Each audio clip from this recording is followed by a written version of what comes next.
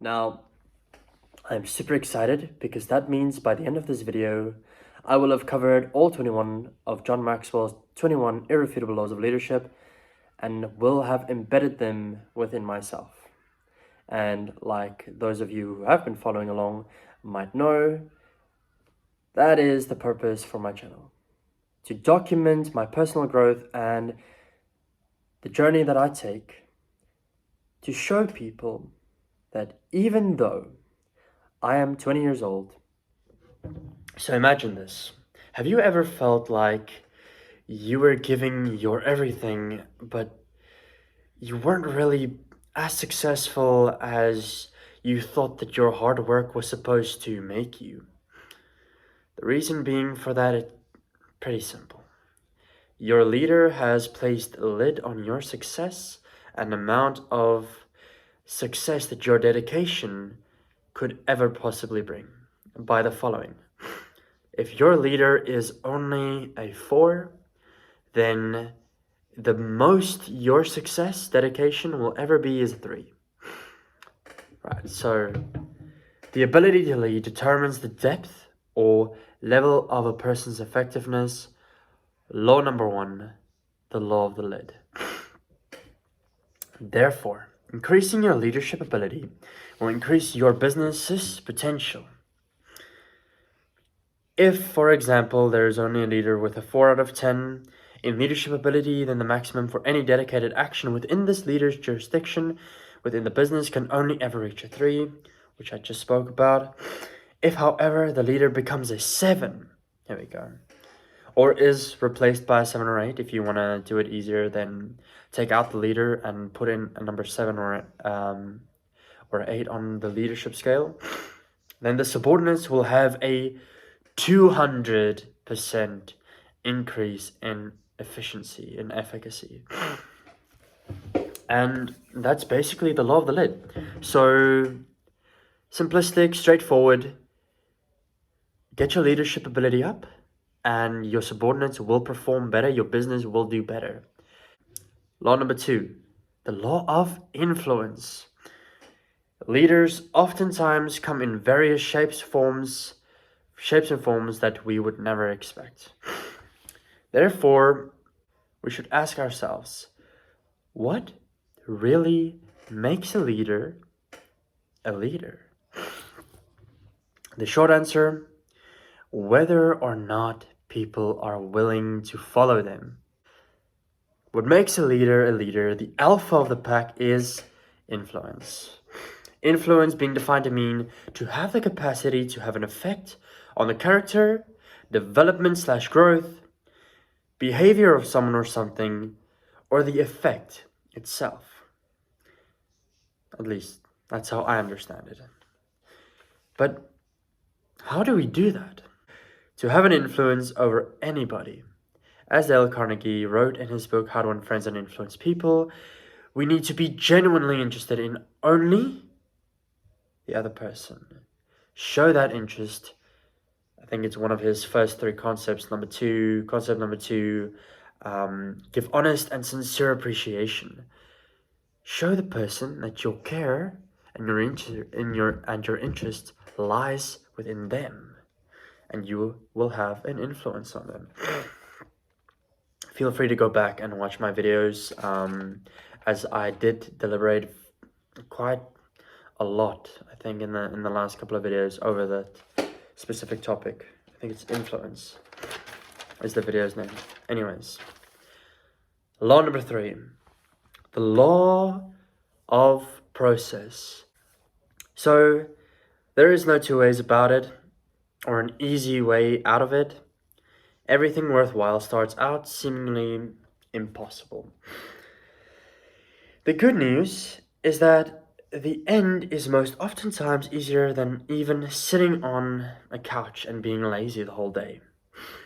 So now, how do we start doing self-discipline and submitting ourselves to the law of process?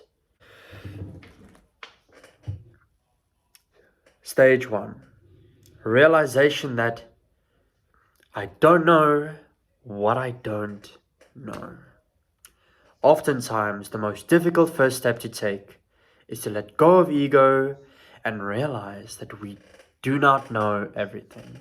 We don't. And as long as a person doesn't know what he doesn't know, he isn't going to grow. John Maxwell.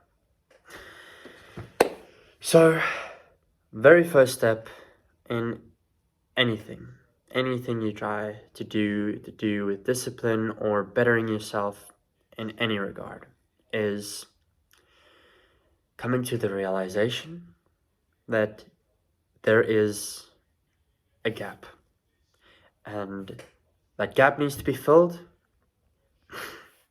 because it is something that I don't know, and I don't know what it is that I don't even know. Stage 2, the realization of I know that I need to know. Following is the simple actions we take, going day by day and breaking down the subjects we know we need to know into bite-sized chunks. Small enough so that we can understand them, and the fact that being put in charge of doing something and actually doing it is two very different, separate things. So after realizing that there is a gap, analyzing and understanding that gap needs to be filled somehow. Stage 3, the stage where I know what I don't know. At this point, you've broken up all the info and analyzed it, pinpointing exactly what you don't know and given it a name, the very core of it, what you don't know. Now, your journey will take you to YouTube or a bookstore or online page of some sort, as you've realized that this is where the knowledge you seek lies. Though many people don't even get this far. They simply give up even letting go of the ego. But my suggestion would be, as you're doing right now, watching a YouTube video to expand your knowledge base and increase all of the learning that you've gathered on the subject that you need to know more about. Stage 4, I know, start to grow, and it shows. Now this is the stage where we see many influencers and we start to feel a bit joyous even, because we've started implementing a couple of things to fill up the gaps, and we've started to see change, and we've started to grow, and we get excited about it. At this stage, you've started to consecutively listen to 2 minutes of audiobooks, or read a book for 5 minutes on, say, a train, if you on your way to work, in a car, even if you go for a walk in the park, listening to audiobooks or going and sitting down to read a book, because time goes by anyways. And if you can fill in the gaps by, instead of listening to music, I know we all love music, but instead of listening to music, listening rather to an audiobook and using that time to further your knowledge, further your learning, you'll be so much better off for it. A small enough task, making it seem completely uncomplicated, and looking at the short term.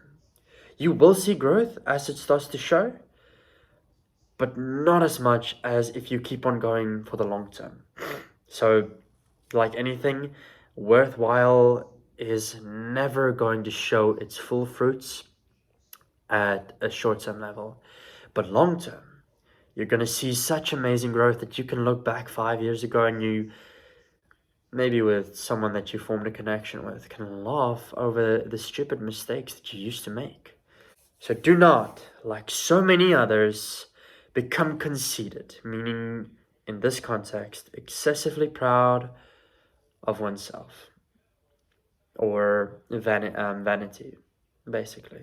Number 5, I continue going because of what I know. Whilst in the previous phase, you'll already be a pretty effective leader and do self-discipline like very few others, in this stage, stage 5, your growth becomes automatic and requires exceptionally less energy, in stage 4.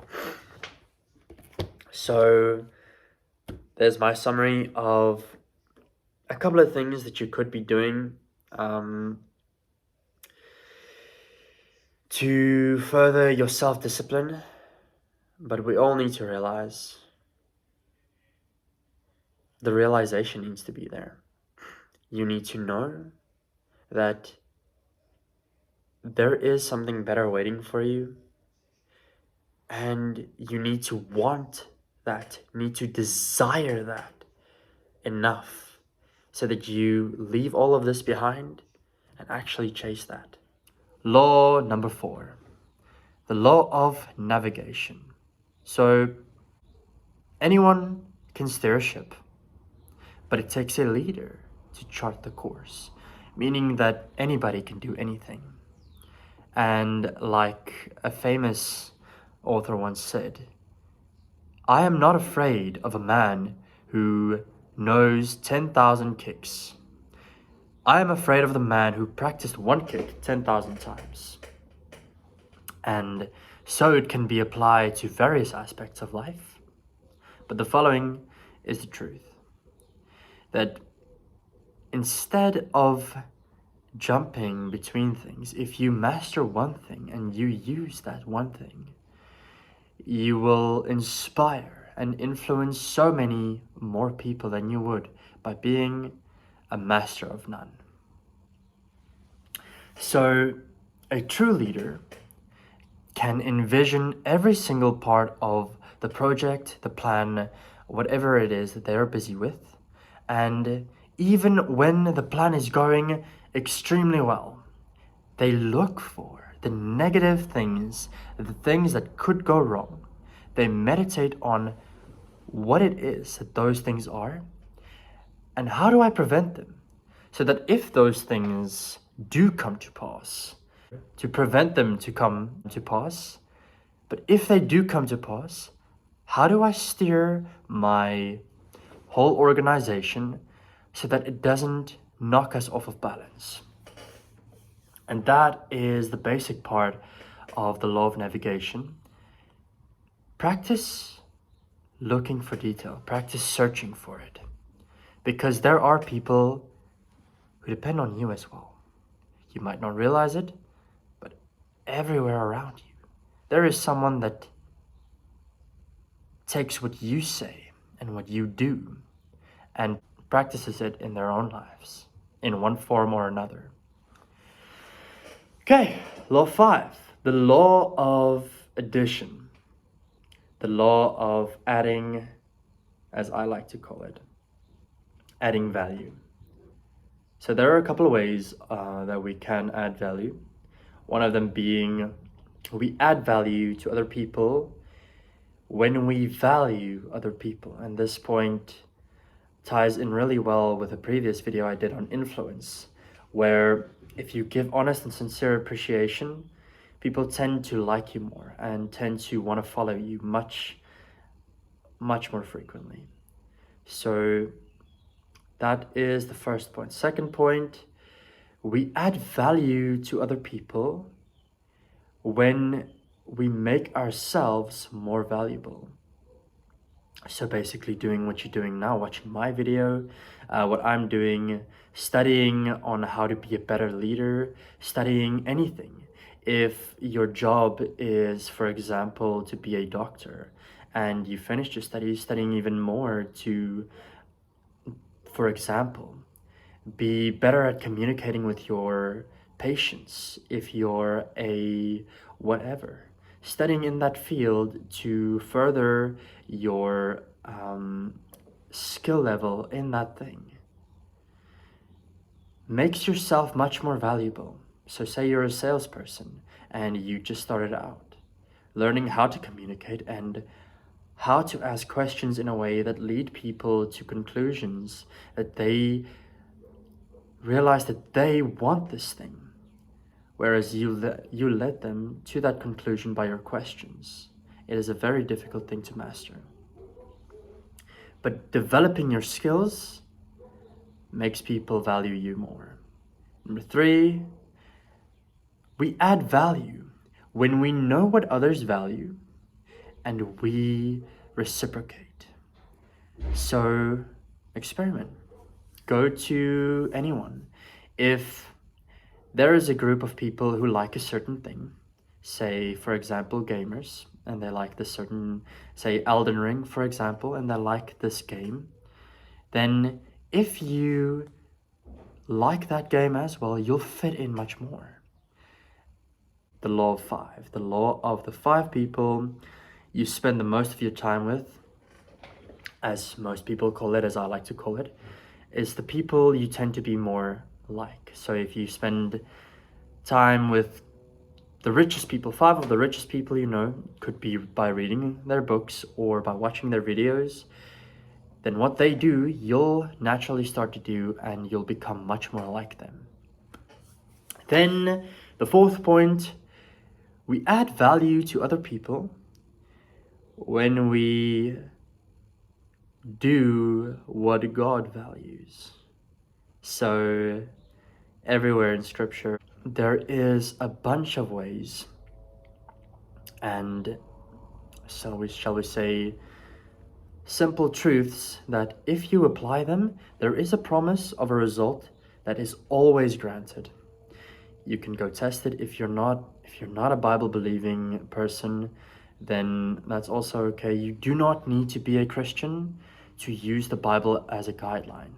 Just so, by the way, to know that the Bible isn't a book about religion. It's a book about a kingdom, a king, and the culturalization of a foreign land called Earth. Basically, has a bunch of principles that if you apply them in your life, you could become much more wealthy than you are currently. Nevertheless, that concludes Law 5. Law 6, the law of the solid ground, or as I like to call it, the law of the foundation. So, what is a leader's foundation? A leader's foundation is truth. We all should practice to live truth, because at the end of the day, if your word is not your bond, then you'll chase people away and you'll never achieve what you want to achieve. You'll only be left alone. Nobody will gather around you. And if you lie to people, then you cannot live amongst them anymore. You need to hide away from them because you lie to them, and they know that. So how do we build trust? A leader builds trust by exhibiting, meaning to openly or publicly show competence, connection.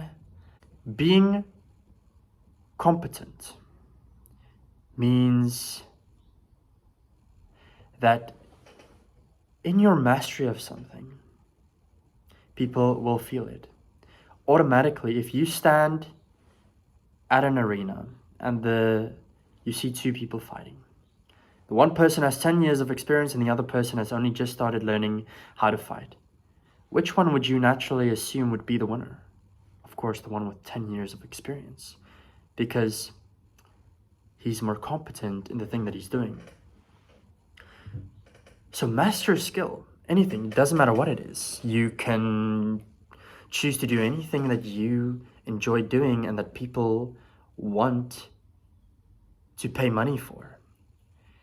Because at the end of the day, we all do need to realize that the market wants what the market wants, and what we enjoy doing should only be our hobby, but what the market wants should be our business.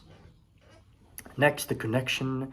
If we connect to other people, more people will want to be next to us, will want to join in and follow along with our cause, because we show an openness and a loving kind-heartedness.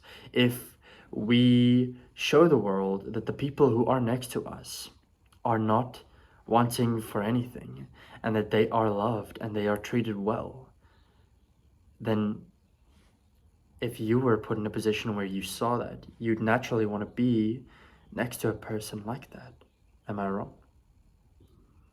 Today I'm going to be talking about the law of respect, the law of intuition, and last, the law of magnetism. So, super excited about that point. But first, let me elaborate on the law of respect. So, when you think about respect, what do you think about? What are the things that pop into your mind? Most commonly, it would be respect for other people, respect for yourself. So, the way I see it, the law of respect entails more or less you respecting yourself enough to walk away from people and situations that do not benefit you in any sort of way, shape, or form. Like, say, for example, you hang out with a group of friends, and this group of friends only smoke, they drink. You do things that normally would seem going against the way your parents raised you. For example, talking about lust and all sorts of negative, sexistic things, objectifying women for one. If, for example, those make out the 5 people who you spend most of your time with, then most likely you'll start to notice you objectify women and you start to deliberately do things that normally you would seem to think were incorrect, but now all of a sudden they all seem all too natural. Smoking cigarettes, smoking weed, drinking alcohol, to being drunk, to doing all sorts of things that you shouldn't be doing. So, respecting yourself enough to walk away from people and things that, situations that would otherwise lead you down a dark path. But not only respecting yourself, respecting the people around you, the people who love you the most, enough to do that. So, we all have people that care about us. We all have somebody that somewhere cares so much about us that it would break their heart to know that we're doing things that they either didn't raise us to do and raised us to believe are the wrong things to do, or are harmful to us, and that's harming them because they expected better of us. Anyways, moving on. The law of intuition should be law number 8. Yeah, in this series. Law number 8, the law of intuition. Now, I like to call this law the law of the trained gut feeling. Now you may ask yourself, why trained gut feeling? That doesn't seem to fit with what I know about intuition. Or maybe you have the same sort of way of thinking about it as I do. See, intuition can be exercised. And in exercising what you focus on, raising your awareness, you'll become more intuitive about certain situations. And among the things that you're the best in, you'll notice that you just intuitively do things that normal people wouldn't even consider doing. Say, for example, you're a very good tennis player. You'd intuitively hit the ball certain ways that other people who have never played tennis in their life would hit it. And you do things that other people who've never done the thing that you're so proficient at would ever consider doing. And that's why I say the trained gut feeling. So whatever it is that you want to pursue in life, begin small, step by step, referring back to the law of process, and work on it day by day. Because eventually you will develop the intuition to do things naturally. And you will become so proficient at the thing that you have been doing, following the law of process, that other people will start to follow you, and other people will look up to you, and you'll become the front-running person, the flame bearer, as me and my dad like to call it. Now, law number 9, the law of magnetism, or otherwise known as the law of attraction. My people, that's just one of the things that everyone always talks about is the law of attraction, the law of getting what you want. So how do we get what we want? Well, the law of magnetism states that you attract what you are. So if you are a leader with the focus of moving forward and progressing, making yourself a better person day by day and following the path of truth, you will naturally attract people who follow the same doctrine as you. Every single one of us do follow some sort of doctrine. We just do not label it as such. If you're not following the Bible, you are being brainwashed to do things that other people say are true. And yes, they're true, but they are not the truth. See, there's a difference between what's true and what is the truth. What is the truth is concrete and cannot change. But what is true can be opinionated and will change based on one factor or another. For example, I am sitting in this chair making a video right now. That is true. But I will not be here sitting in this chair making a video in the next 2 hours or so. In fact, I'll most likely not even be sitting in this chair. Now, that is an example of something that's true, but it's not truth. The law of magnetism or the law of attraction is truth because it's a universal thing that everybody knows will not ever change. It cannot change because it's a principle that the Lord made. The Lord God made principles for us to use and for His own delight. And for the delight of the Lord and for pleasing the Lord, we use these principles to make our lives even better because that's His will for our lives. So, the law of attraction, become the person who you want around you. Become what you want around you. If you want money around you, become the person who knows not only how money works, but has it, gains it in such an easy professional way that it seems almost easy because that's what it's supposed to be. If you become so proficient at your communication and persuasion skills, obtaining money will be next to the easiest thing you've ever done in your life. Today, I'm going to be speaking a bit about connection to the people in your inner circle, the 5 people, and empowering them to be better than they were the day before. What did I mean by all that?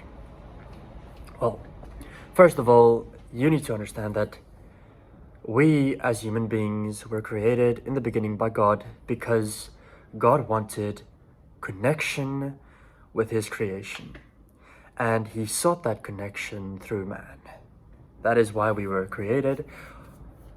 But because we were created in His image, He saw that we needed connection as well. And so He put the man to sleep. And from him, He made a partner for the man, whom the man later called Eve. So, in the beginning, God's design for each and every human being was to have connection. And in our everyday lives, if we want to achieve success, it doesn't matter where. If it's in business, if it's in relationships, if it is in anything that you do, seeking connection will be a huge step in allowing you to succeed. So if you're a business owner and you walk through your business, attempt to walk slower and make that connection, make the time to connect to the people who are your subordinates, to greet them by their name and ask them how they are doing. Tell them how great of a job that they are doing and that you really, really like the fact that they work so hard for your business.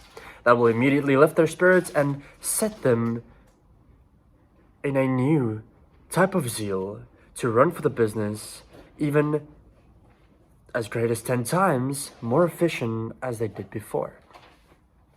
The next part would be the law of the five, the law of the inner circle, whatever you want to call it, the law of the few people who you are the closest with and spend the most of your time with. Those are the people that you are most likely to be like. So if you want to be successful, then you have to realize the following. Yes, it's easy to just kick people out, but we need to attempt, and the reason why I say attempt I'll explain in a bit, but we need to attempt to build the people closest to us so that they can be better and become better driving factors, although contributing driving factors in our success. Now, the reason why I say attempt is because some people just do not want to. They don't want to. As much as you try to help them by leading them in the right direction, they just don't want to be better. They don't want to be on the same path as you, and that is why sometimes you're gonna have to learn to let some people go.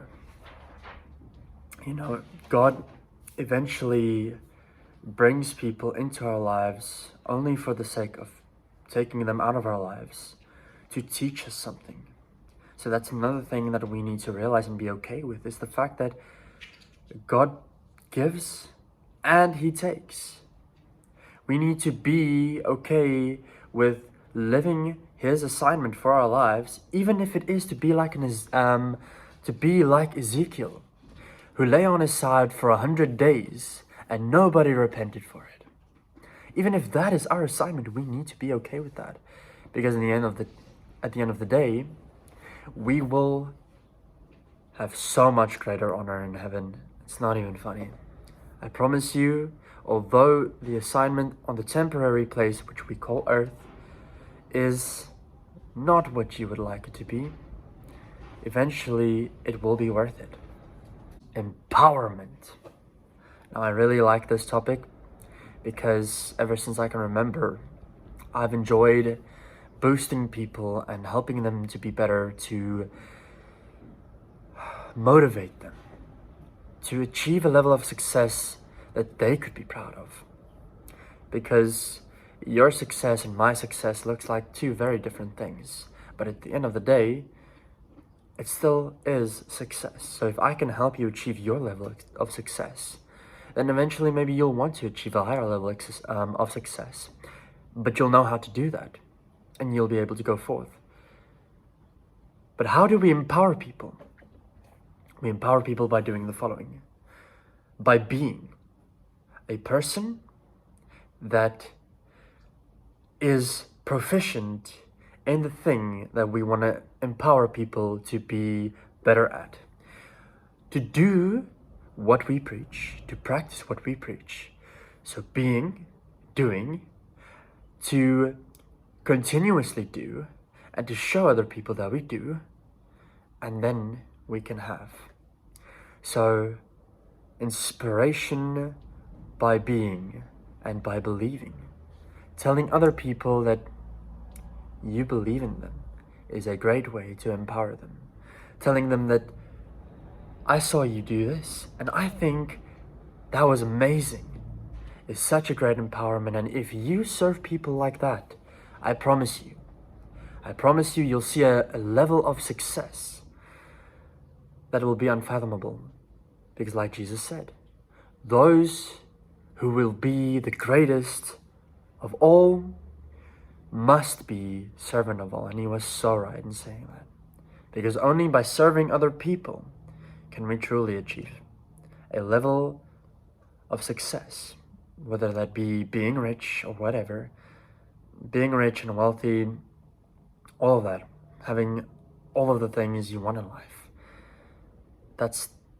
And not living your assignment that God has placed for you, that He has ready for you, living underneath Him, and having Him as the sovereign ruler of your life.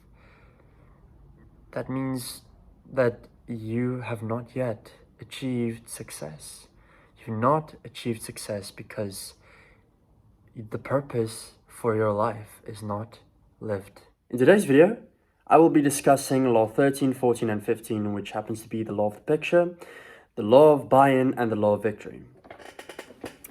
Now, when you think about a picture, when you think about an image and you envision it, you tend to remember something much clearer and much better if you actually make an image of it.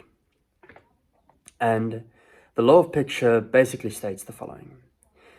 If you want people to really be successful and your organization to be really successful, lead by example.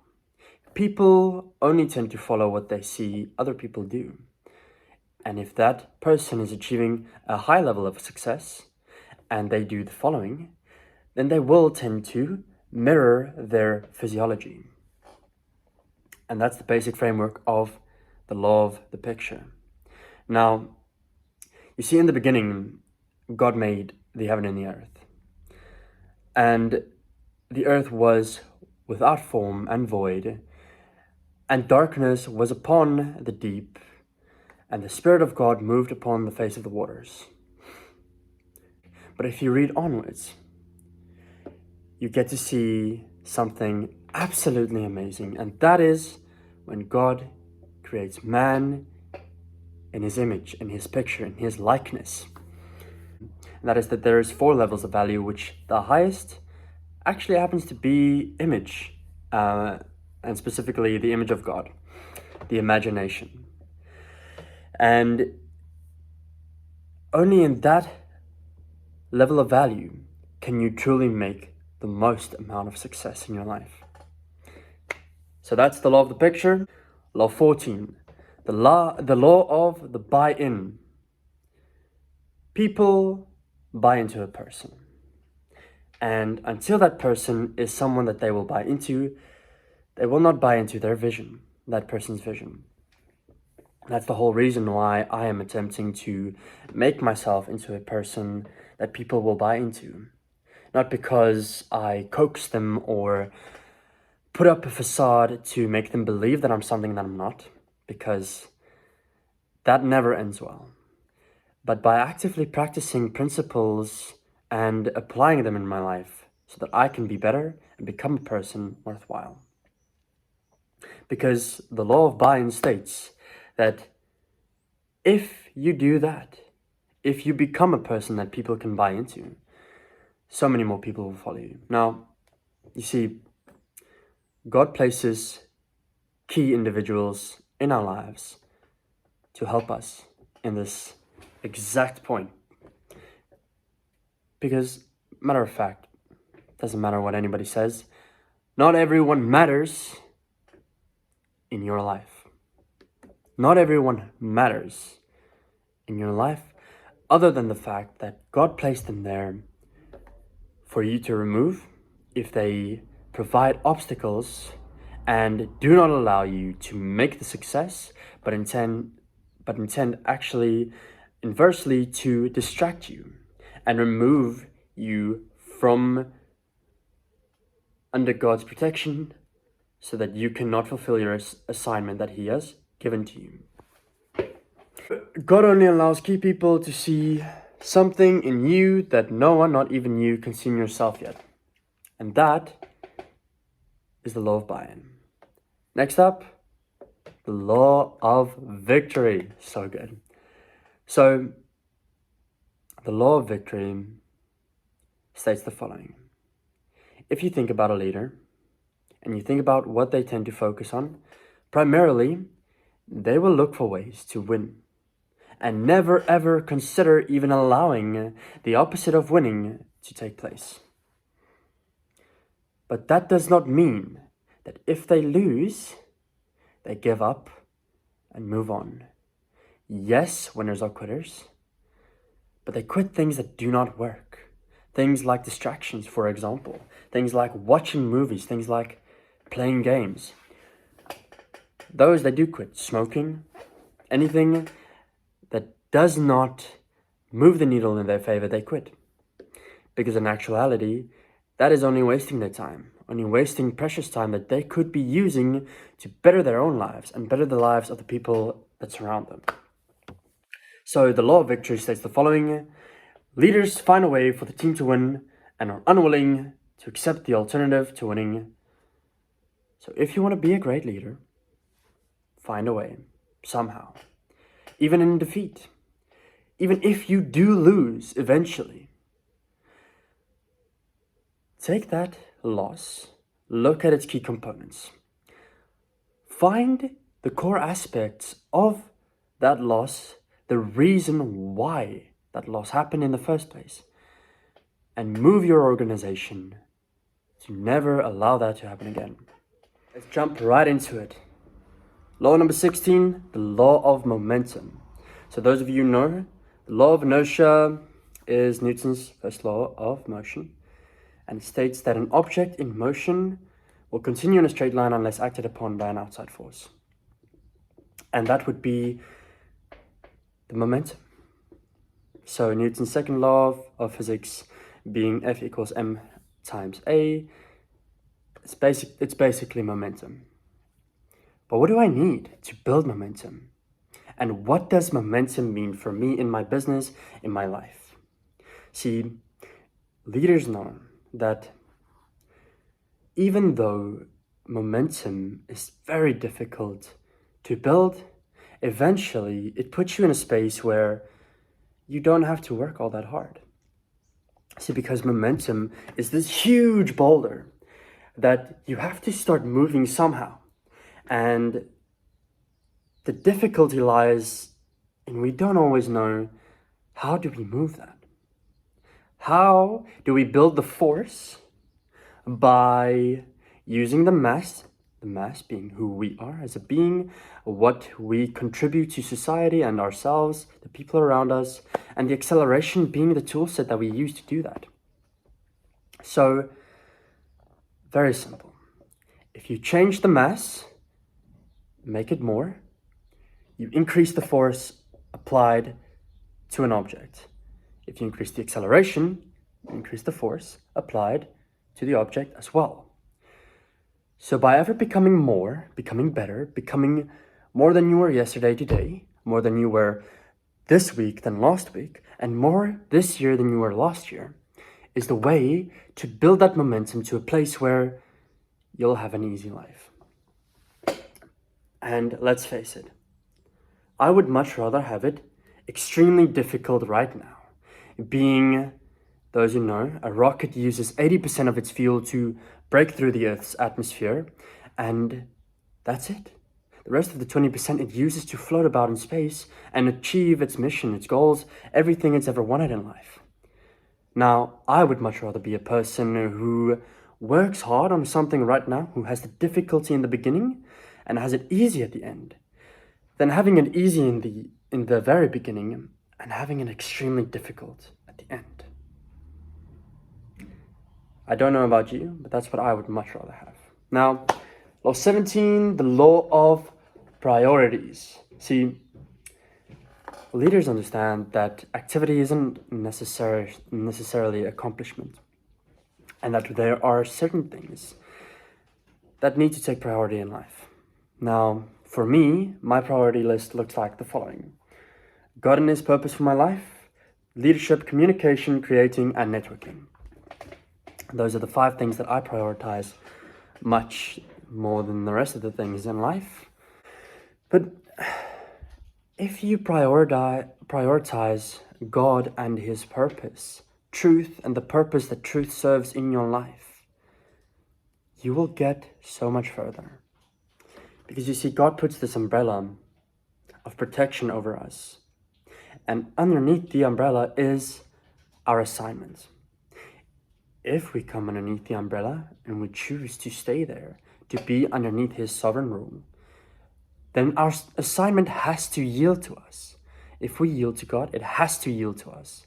So whatever that is, being a rich billionaire, for example, being the next Mother Teresa, for example, if that is the assignment, only by being underneath God's sovereign rule, the sovereign rule of the absolute truth and nothing but the truth, because anything that's not the truth is a lie.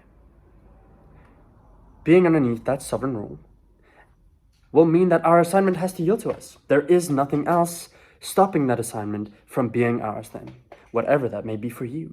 Just realize that you need to accept whatever it is. Now, law 18, the law of sacrifice. Okay, so we live in a society that would make us believe that winners never quit. See, the societal indoctrination system needs us to believe that, so that it can have pawns and it can have people that it can brainwash and move about as it pleases.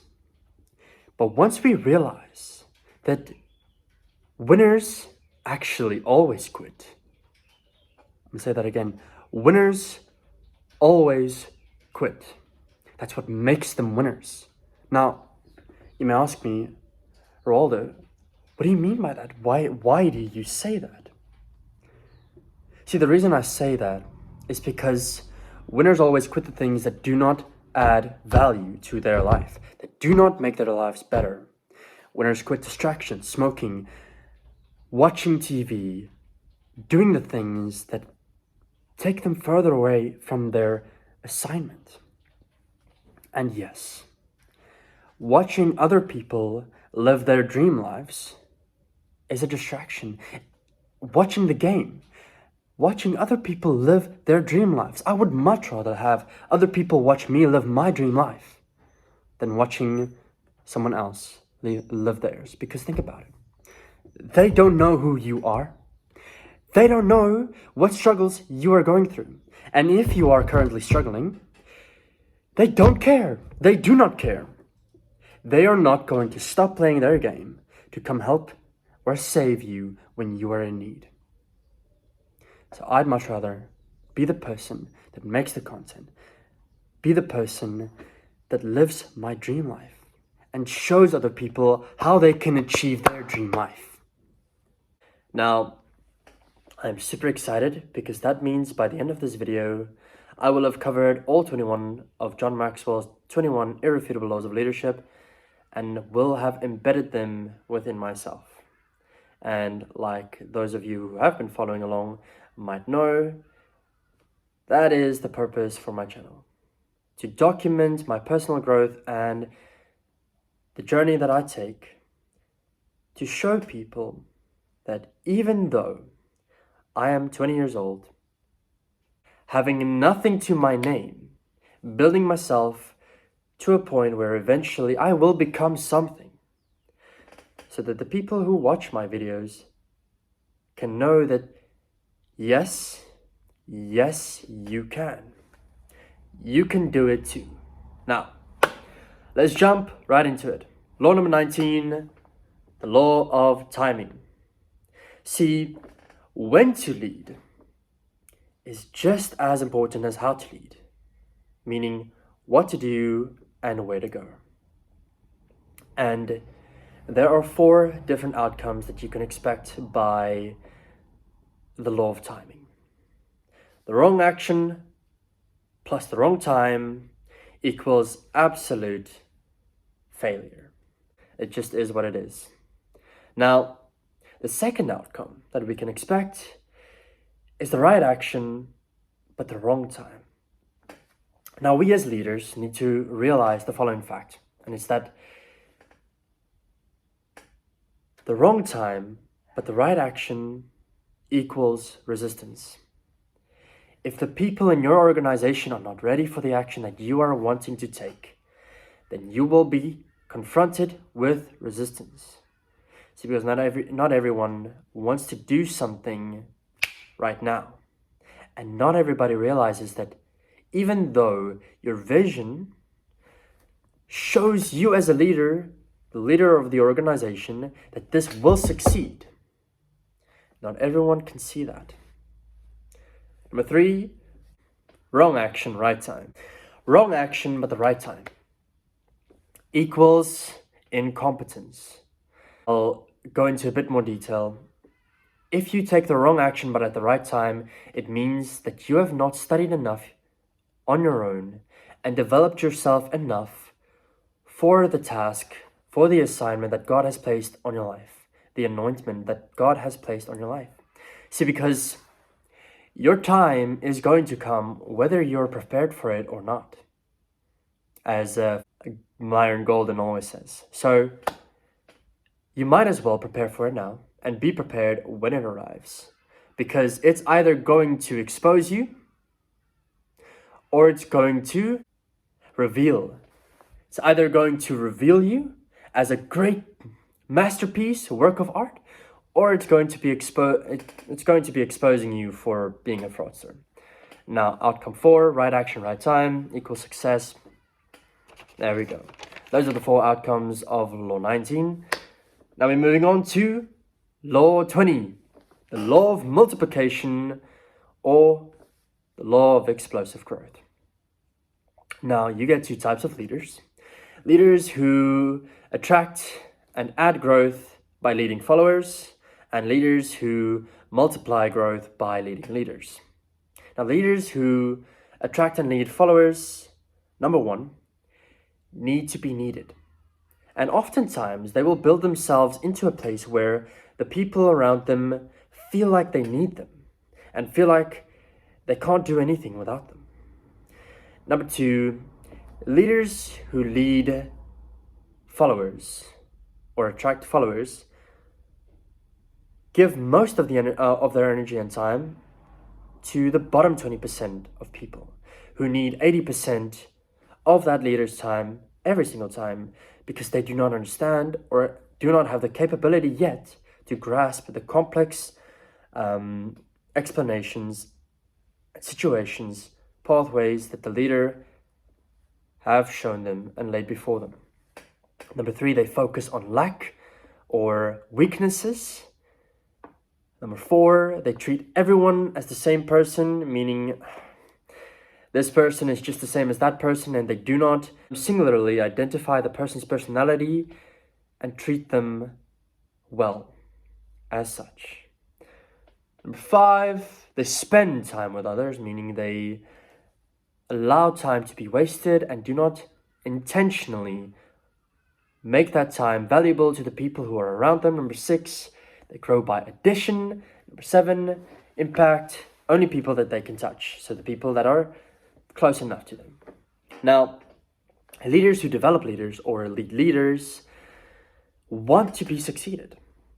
They are absolutely delighted by the fact that their protege will succeed them by using the principles that they give them, and even more. Number 2, they focus most of their energy and time on the top 20% of people who have already started walking the path of truth and know what it takes to be at the top and need only a little bit of adjustment every now and then. Number 3, they focus on strength and abundance.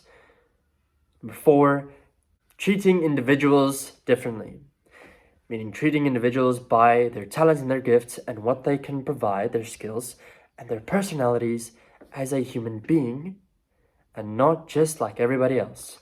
Number 5, they invest time in other people because they realize investing is much more valuable than spending. And number 6, they grow by multiplication. Now, why is that so significant? Well, because in the beginning, when God created man, he said to man, be fruitful and multiply. Multiply meaning God loves 2 times 2 equals 4. And he loves the fact that 4 times 4 equals 16. And even more so, he loves the fact that 16 times 16 equals 256. Why is this significant? Because God loves it when you multiply. God loves everything that you multiply, meaning if you've got 2 leaders in a business, have each of those leaders get 2 more, so that there are 4. And each of those 4 leaders grab 4 more, each of them to make 16, and so forth and so on, to build a business governed by leaders and growing on absolute truth-based principles to a place striving to perfection, even though perfection isn't really always possible, but striving for excellence is. Because in the striving for perfection, we will achieve excellence. And they impact people beyond their reach. So they don't care about just impacting the people around them. They care about impacting people who aren't close enough to touch, and more, and so forth and so on. Law 21, the last one, the law of the legacy.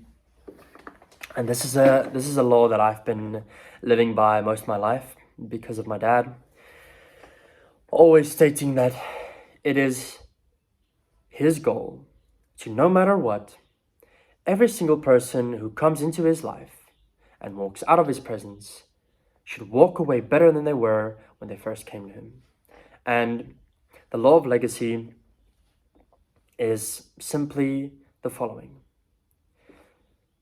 Any and every single person that comes into your presence, help them walk away better than they were when they came into your presence, so that they can go on to achieve many things and make your name better. Because the fact of the matter is that if nobody's walking around spreading your name and telling people how much you've helped them, then maybe you didn't really help them as much as you thought you did. So get good and be fruitful, do multiply, do replenish the earth, do subdue it, and finally you'll be able to have dominion. That was it for this video, guys. If you like the series, please give a like and go back to all the other videos if you're interested in watching the rest of them. Hit that subscribe button and the bell button if you're interested in seeing where this path will take me. And yeah, I look forward to seeing you all in the next video. Stay blessed by the best and have a good one. Cheers, guys.